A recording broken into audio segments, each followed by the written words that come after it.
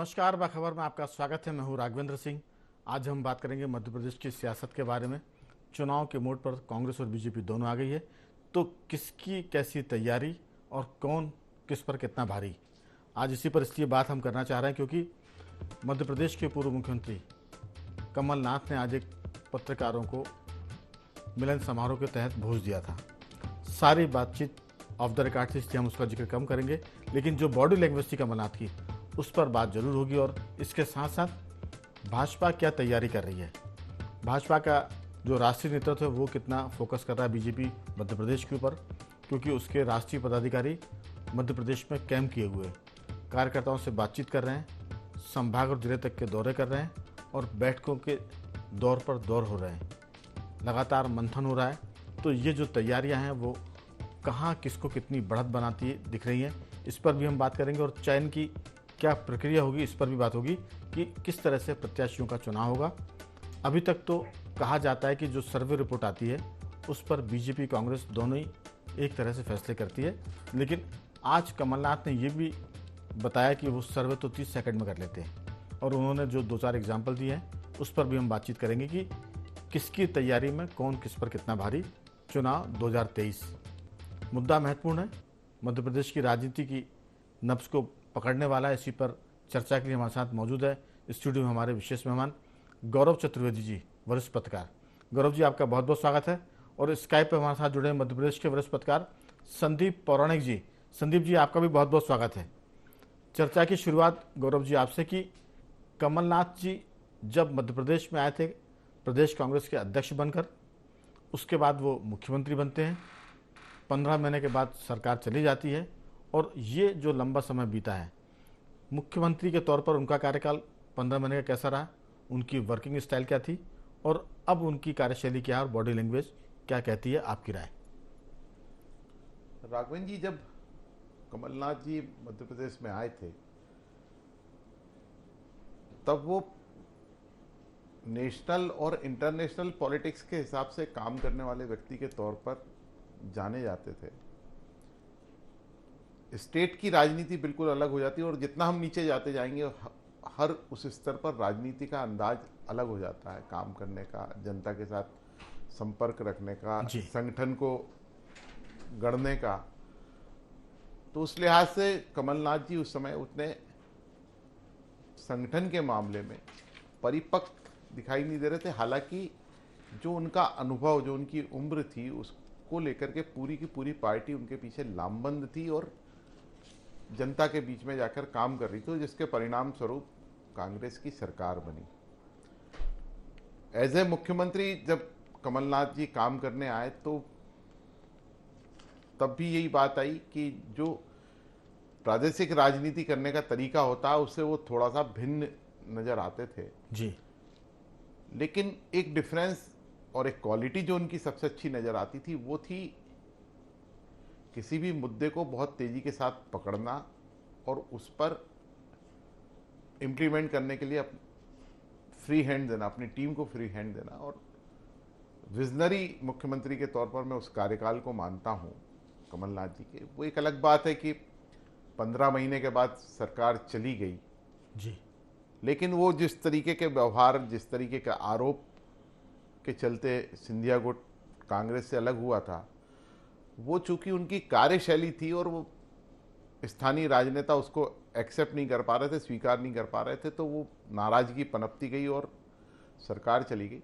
और उसके बाद में अगर तीसरे फेज की बात करूं, जब विपक्ष के नेता के तौर पर वो आज सड़क पर और संगठन में और मध्य प्रदेश में दो हाथ कर रहे हैं, तो एक मन में ठान कर बैठे हैं कि किसी भी प्रकार, किसी भी तरीके से हमें मध्य प्रदेश में कांग्रेस की सरकार लाना है। जो दाग उनके ऊपर लगा है कि सरकार नहीं चला पाए, वो उसे धोने का एक प्रयास कर रहे हैं। ये वक्त बताएगा कि जनता उनके उस बात को कितना स्वीकार करती है, कितना उनका साथ देती है। लेकिन टोटल में अगर हम देखें तो मध्य प्रदेश को एक राजनीति को अलग अंदाज से करने वाला व्यक्ति मिला था, जो अभी तक उसमें कोई भी नजर नहीं आता। हर आदमी की एक अलग क्वालिटी होती है। आपने कहा कि मध्य प्रदेश में वो राजनीति को अलग अंदाज से करने वाले नेता के रूप में जाने जा रहे हैं, लेकिन केंद्र की राजनीति और राज्य की राजनीति में फ़र्क होता है। मुझे लगता है कि वो दोनों के बीच में तालमेल नहीं बैठा पाए थे, इसलिए वो सरकार तो चलेगी लेकिन अब वो कोशिश कर रहे हैं कि तालमेल बैठा लें। किस ढंग से वो जनता से मिलना है, कार्यकर्ताओं से मिलना है, ये तो अब जैसे आपने कहा कि नतीजे बताएंगे कि उन्होंने अपने आप को कितना बदला और लोगों ने बदलाव को कितना स्वीकार किया। लेकिन संदीप जी, दरअसल कमलनाथ जी की जो कार्यशैली है, इसमें कोई शक नहीं कि वो केंद्र में लंबे समय तक उन्होंने पॉलिटिक्स की और वहाँ जनता से संवाद कम होता था। राज्यों के मुख्यमंत्री, राज्यों के मंत्री या राज्यों के मुखियाओं से वो बातचीत करते थे, तो उनकी आदत नहीं थी कि कार्यकर्ताओं से कैसे मिलना है और जो जिले के पदाधिकारी उनसे कैसे बात करनी है। मैं अगर आम भाषा में कहूँ तो उन्हें कार्यकर्ताओं के पसीने वाले कार्यकर्ताओं से मिलने का जो अंदाज होता वो कैसा था, ये उनको शायद पता नहीं था, क्योंकि कमलनाथ छिंदवाड़ा के आसपास अपने आप को समेटते थे और वहीं से वो चुनाव जीत के, बाकी उनको राज्य से कोई मतलब नहीं था। लेकिन ये जो कार्यकाल मध्य प्रदेश का चल रहा है उनका, उसको लेकर उनकी जो टिप्पणियाँ होती कई बार वो अलग है कि उन्होंने सिंधिया के लिए क्या बोला, दूसरों के लिए क्या बोला, लेकिन जहाँ तक उद्योग जगत की बात होती है, प्रतिपक्ष का जो केंद्रीय नेतृत्व होता है उसकी बात होती है, तो वो उसमें बड़े सजग होते हैं और बड़ी संतुलित टिप्पणी करते हैं। अभी हाल की बात करें जिस पर पूरी कांग्रेस आक्रमण कर रही है, अडानी वाले मुद्दे पर, आप देखिए कि औद्योगिक घराने के मामले में उनके रिश्ते भी बहुत अच्छे हैं, तो वो वैसी टिप्पणी उनकी नहीं आती है जैसी आमतौर से चलते हुए नेता लोग कर देते हैं। तो आपको क्या लगता है कि जो उनका व्यवहार है, खासतौर से दिल्ली की पॉलिटिक्स के लेवल का, वो बेहद संतुलित है, लेकिन वो राज्य में आते आते थोड़ा सा फिसल जाते? तभी उन्होंने कहा था कि सिंधिया चाहे तो सड़क पर उतर जाए, किसने रोका है। वो एक बयान स्टेट की पॉलिटिक्स का और केंद्रीय नेतृत्व में अगर राष्ट्रीय परिप्रेक्ष्य में कहें तो उनके बयान बड़े सधे हुए होते हैं और कहीं भी नहीं लगता कि वो उनकी जुबान फिसल रही है या किसी टिप्पणी पर वो पकड़े जा रहे हैं। आपकी राय? देखिए राघवेंद्र जी, कमलनाथ जी की जहां तक आपने राष्ट्रीय राजनीति की बात की, कमलनाथ जी एक सधे हुए नेता हैं। कहा भी जाता है कि मैनेजमेंट के गुरु भी हैं, वो अच्छे मैनेजर माने गए हैं और उनके व्यापारिक घरानों से रिश्ते हैं। उनकी समझ भी राष्ट्रीय और अंतर्राष्ट्रीय स्तर पर बड़ी पुख्ता किस्म की है। जहां आप मध्य प्रदेश की बात करते हैं, राज्य की बात करते हैं, देखिए उनकी उम्र का या कद का नेता सिर्फ एक है, वो है दिग्विजय सिंह, और बाकी नेता उनके बेटे की उम्र के हैं। वो यहाँ आके पिता और बेटे की उम्र जैसा रिश्ता बनाना चाहते, मुझे ऐसा लगता है। राज्य की राजनीति में, राष्ट्रीय राजनीति में उनके काम करने का तरीका अलग है और राज्य की राजनीति में काम करने का तरीका अलग है।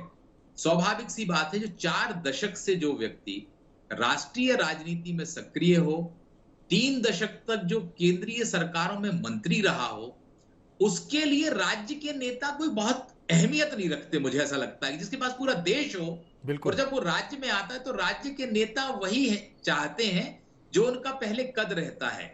मतलब स्थानीय नेता, जैसा आपने सड़क पे उतरने वाली बात की, तो ज्योतिरादित्य सिंधिया का कद और कमलनाथ के कद में बड़ा अंतर था।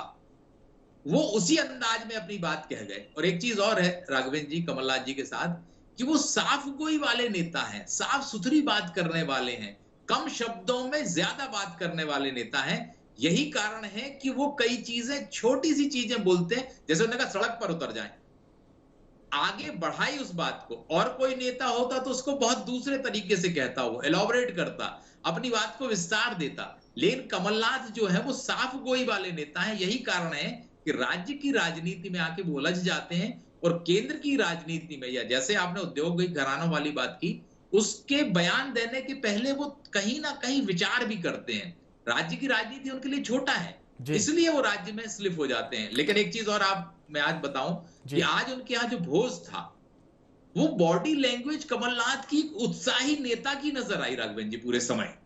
और उनके जो बात करने का तरीका भी था, वो ये साफ बता रहा था कि उन्हें कहीं ना कहीं एक आत्मविश्वास कह सकते हैं हम, लग रहा है कि वो बेहतर स्थिति में है। वो चीजें आज उनकी नजर भी आई।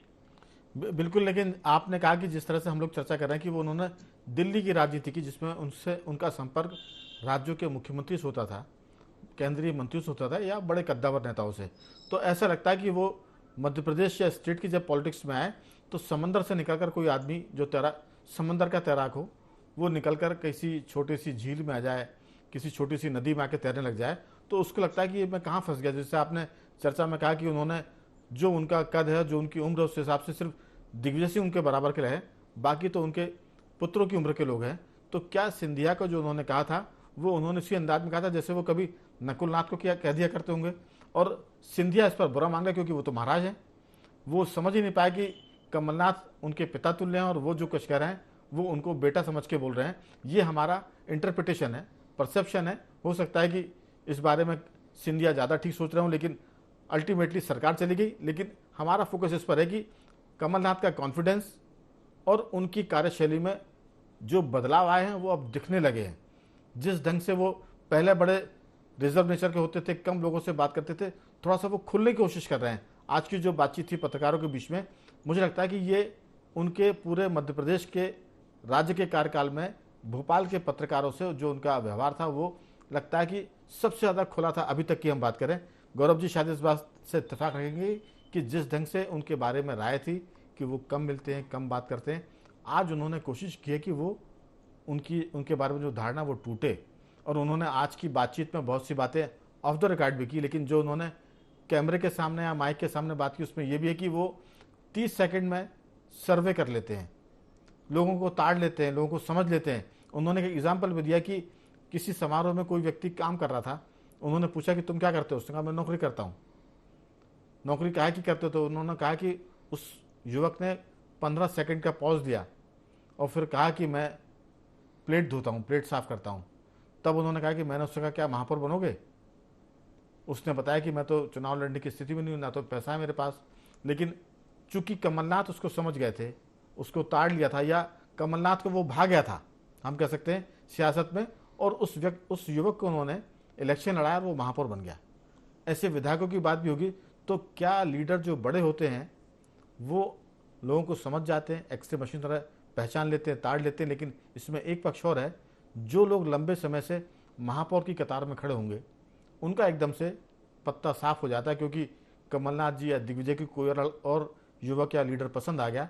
ऐसे में जो प्रैक्टिस करते हैं कई सालों से वो लोग थोड़ा सा मुझे लगता है कि मायूस होते होंगे। आपकी राय?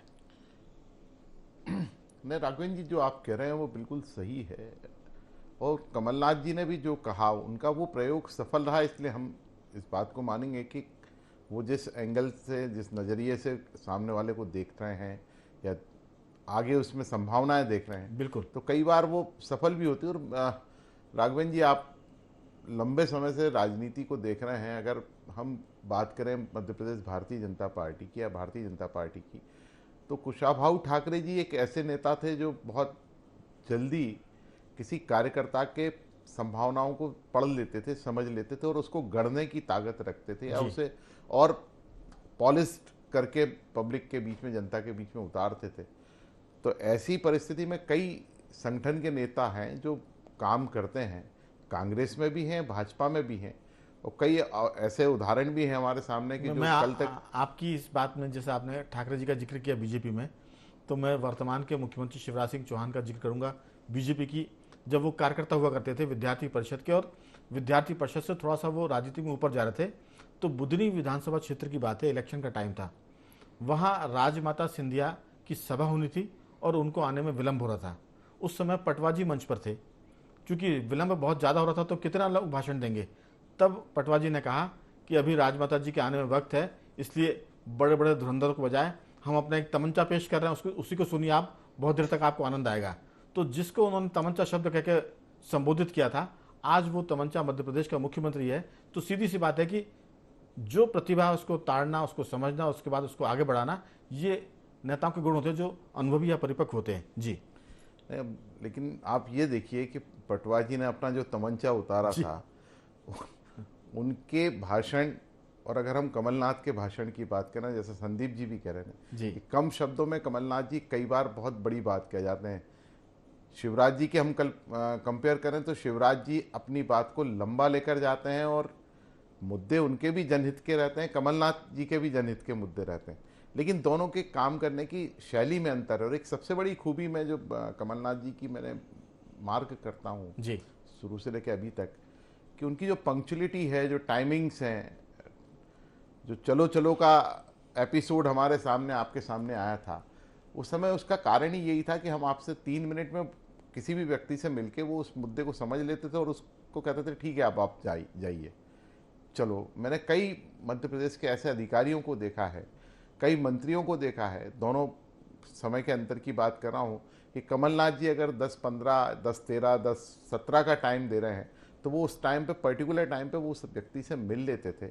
अगर हम बात करें शिवराज जी की, तो कई लोग शिवराज जी से मिलने में लगभग उन्हें 1-1.5 घंटा लगता है। इसमें गलती शिवराज जी की नहीं है, लेकिन जो कार्यकर्ता जा रहा है, जो नेता जा रहा है, वो अपनी बात कहना चाहता है और शिवराज जी उसे पूरा सुनना चाहते।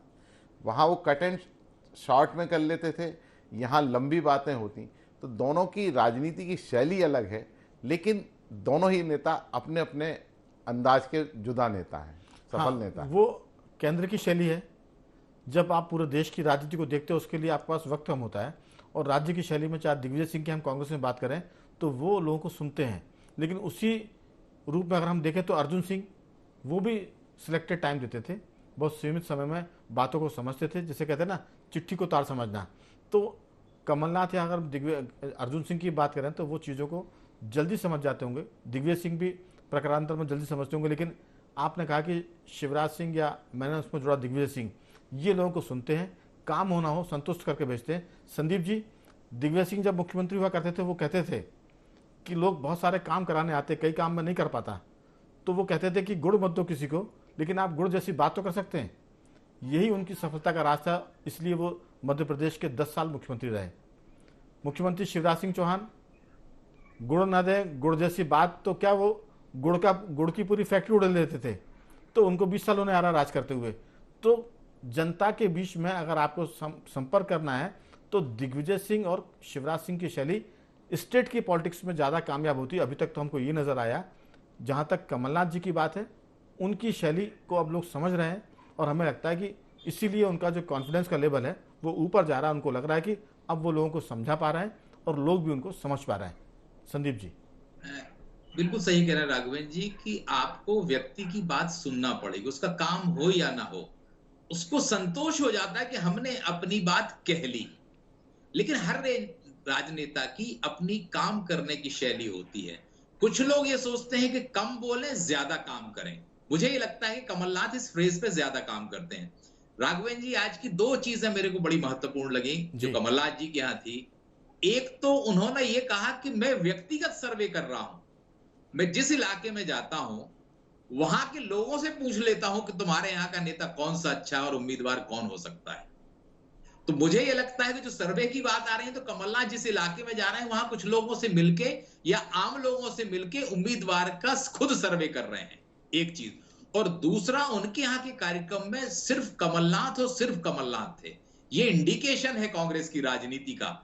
आने वाले समय में कांग्रेस पूरी तरह कमलनाथ के इर्द गिर्द होगी। आज का जो आयोजन है उसमें कम से कम ये चीज दिखी है, क्योंकि सारे जूनियर लीडर्स थे और कमलनाथ जी थे। तो आने वाला इलेक्शन या कमलनाथ जी की शैली, और हमें ऐसा लगता है कि स्पष्ट होती जाएगी कि किस अंदाज में वो चुनाव लड़ने की तैयारी कर रहे हैं मध्य प्रदेश में। नहीं, लेकिन ये तब तक है जब तक दिग्विजय सिंह वापस नहीं लौट रहे हैं। लेकिन जब दिग्विजय सिंह मध्य प्रदेश में लौटेंगे वापस, तो फिर जो आज हमने सीन देखा, इसमें बदलाव जरूर आएगा। क्योंकि कमलनाथ के बराबर दिग्विजय सिंह मध्य प्रदेश में कद रखते हैं, और कई मायनों में कमलनाथ से ज़्यादा उनका बड़ा कद है।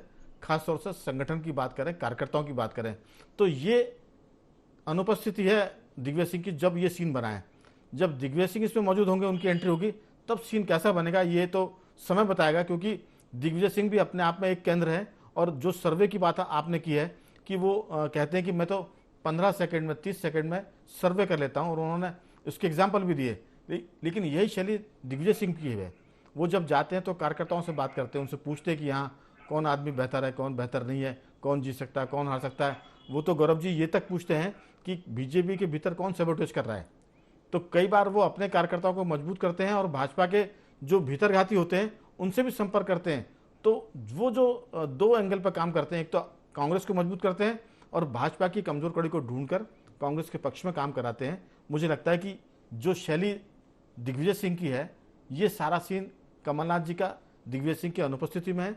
जब उनकी इस मैदान में वापसी होगी, तब कांग्रेस में 2 प्लेयर होंगे। वो देखने वाली बात होगी कि ये दोनों प्लेयर मिलकर काम को करते हैं, कांग्रेस को मजबूत करते हैं, या फिर इनमें कोई रिफ्ट आती है, दरार आती है। जी राघवेंद्र जी, अगर हम देखें कमलनाथ जी के राजनीतिक जीवन और दिग्विजय सिंह जी के राजनीतिक जीवन को, तो दोनों अपने रिश्तों को बड़े भाई छोटे भाई के तौर पर बताते आए और 2018 का चुनाव परिणाम आने के बाद भी उन्होंने यही बताया था, जिसके कारण सिंधिया जी को बैकफुट पे मैंने होना पड़ा बताते और भी आए और निभाते भी आए जी। क्योंकि मुख्यमंत्री बनवाने, जैसा कहा जाता, आपको भी जानकारी है कि जब दिग्विजय सिंह मुख्यमंत्री बनने वाले थे तब कमलनाथ का समर्थन उन्हें हासिल हुआ था। कमलनाथ के उस समर्थन के बदले में दिग्विजय सिंह ने भी 2018 में अपने समर्थक विधायकों के साथ समर्थन दिया था, जिसके कारण कमलनाथ जी मुख्यमंत्री बन पाए और सिंधिया को बैकफुट पर जाना पड़ा। वर्तमान राजनीति में मैं ऐसा मान रहा हूं कि कमलनाथ और दिग्विजय सिंह इस बात को जानते हैं कि अगर इस चुनाव को हमने एक होकर नहीं लड़ा तो शायद हमें लंबा समय इंतजार करना पड़े, और ये दोनों ही नेता नहीं चाहते। सत्ता में आने के बाद भले उनकी आपसी जो रंजिशें हैं, लड़ाई हैं, राजनीतिक लड़ाई हैं या महत्वाकांक्षा हैं, वो सामने आ जाएं, लेकिन चुनाव तक तो मुझे लग रहा है कि वो दोनों एक होकर ही लड़ेंगे। और जो भी उनके गणित हैं, चूँकि मध्य प्रदेश में सर्वाधिक काम दिग्विजय सिंह ने किया है लंबे समय राजनीति की, राज्य की राजनीति की, तो इसलिए एक स्वाभाविक तौर पर जो उनके पास समर्थकों का, कार्यकर्ताओं का समूह है, वो कमलनाथ के पास वैसा नहीं है। लेकिन कमलनाथ का अनुभव और दिग्विजय सिंह की टीम दोनों मिलकर हो सकता है मध्य प्रदेश के चुनाव परिणाम को प्रभावित कर सके। लेकिन जैसा चर्चा में जैसा आया कि दिग्विजय सिंह कमलनाथ के समर्थन से मुख्यमंत्री बने थे, इसमें कोई शक नहीं, ये सत्य भी है। लेकिन इस एहसान का बदला हो गया पूरा 2018 में। अब अगर मान लो ये बनता है मामला कि अगला मुख्यमंत्री कौन होगा, आपने कहा कि दिग्विजय सिंह की टीम ज़्यादा, क्योंकि उन्होंने 10 साल काम किया है, उसके साथ साथ वो 10 साल वनवास में भी रहे। अगर 10 साल काम करने के बाद 10 साल वनवास में रहने पर उनके साथ वो टीम बनती है तो कार्यकाल का असर कम है, उनके स्वभाव का असर ज़्यादा है। दिग्विजय सिंह का जो स्वभाव वो कार्यकर्ताओं के साथ बैठकर काम करने का है। अंतिम टिप्पणी के लिए मैं आऊँगा संदीप जी कि ये जो मामला है, कमलनाथ ने कभी सीएम बनाया था दिग्विजय सिंह को, बदले में दिग्विजय सिंह ने 2018 में सीएम बना दिया कमलनाथ को। अब मामला बराबर हो गया है। अगर एक दूसरे की कतर ब्योंत करेंगे, एक दूसरे के लोगों को अगर काट छांट होगी, तो हमें लगता है कि ये मामला थोड़ा सा फंस जाएगा। लेकिन दोनों समझदार हैं, दिग्विजय सिंह जी भी और कमलनाथ भी। सबको मालूम है कि अगर पंजा मजबूत होगा, कांग्रेस मजबूत होगी, तो हम राजनीति कर पाएंगे। आपकी राय कि ये मामला कितना और बेहतर हो सकता है, बहुत संक्षेप में। देखिए राघवेंद्र जी, कमलनाथ जी पूरी तरह एक बात पर तो अड़े हुए हैं कि ये हमें चुनाव जीतना है, हमें सरकार बनानी है। अगर कोई व्यक्ति ये चीजें ठान लेता है तो उसके लिए वो झुकता भी है।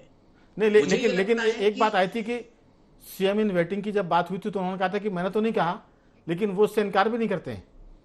ये यहाँ पैच फंसेगा जी। देखिए राघवेंद्र जी, ये तो तय मान के चलिए कि अपर हैंड तो मध्य प्रदेश की राजनीति वर्तमान हालात में, मैं कह रहा हूं दिग्विजय सिंह जी का संगठन पे कब्जा है, कार्यकर्ता है, लेकिन अपर हैंड मध्य प्रदेश की राजनीति में कमलनाथ ही है, इसे हमें मानना पड़ेगा। और कमलनाथ जो ठान के चल रहे हैं उसके लिए उन्हें समझौता भी करना होगा।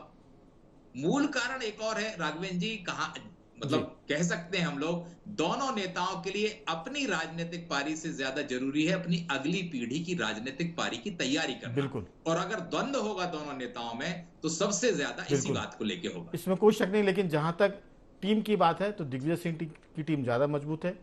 दिग्विजय सिंह के राजनीति में अगर वो चले भी जाते हैं पृष्ठभूमि में, तो उनकी टीम उनके प्रति वफादार रहेगी।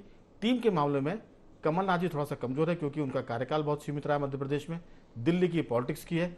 लेकिन अभी जो उनका कॉन्फिडेंस है, कमलनाथ बहुत कॉन्फिडेंस में है, इसमें कोई शक नहीं। लेकिन दिग्विजय सिंह के आने के बाद स्थिति साफ होगी। अभी वो भारत यात्रा के एक तरह से सूत्रधार थे। तो कुल मिलाकर कह सकते हैं कि किसकी कितनी तैयारी में कितना एकदम कुछ महीने बाद चलेगा पता, बीजेपी और कांग्रेस दोनों का, खासतौर से कमलनाथ और कांग्रेस में दिग्विजय सिंह का भी। तो आप दोनों मेहमान का मैं धन्यवाद करूंगा। संदीप जी आपका भी साधुवाद, गौरव जी आपका भी बहुत बहुत धन्यवाद कि आपने चर्चा में चल लिया। बखबर में आज सिर्फ इतना ही। बने रहिए हमारे साथ और देखते रहिए IND 24।